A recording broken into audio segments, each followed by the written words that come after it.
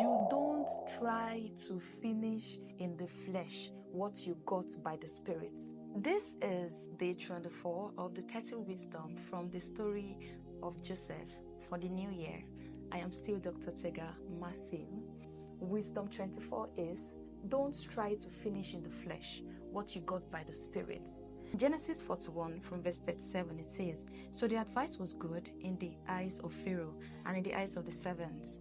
And Pharaoh said to his servants, can we find such a one as this, a man in whom is the Spirit of God? Then Pharaoh said to Joseph, inasmuch as God has shown you all this, there is no one as discerning and wise as you. You shall be over my house, and all my people shall be ruled according to your word.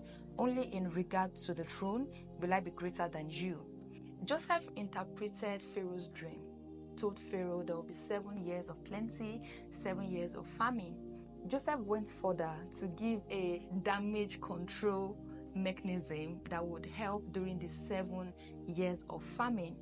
After the advice, Pharaoh said, who is the man that can oversee and make sure that the 7 years of plenty and the 7 years of famine go smoothly?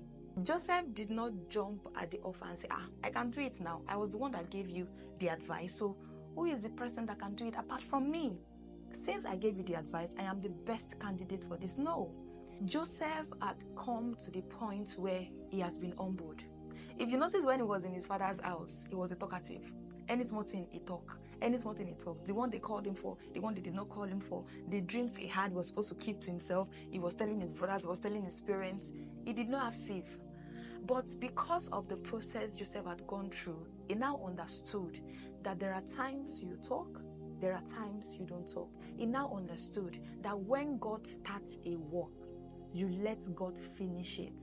You don't try to finish in the flesh what you got by the Spirit. So Joseph was very discerning. As much as he gave the advice, of course, he will be the best candidate to handle the opportunity, to handle the job. But he did not jump at the offer. He stayed cool. In his mind, God, you started it. God, you will finish it. God, I know the prophecies you told me. I have done my part.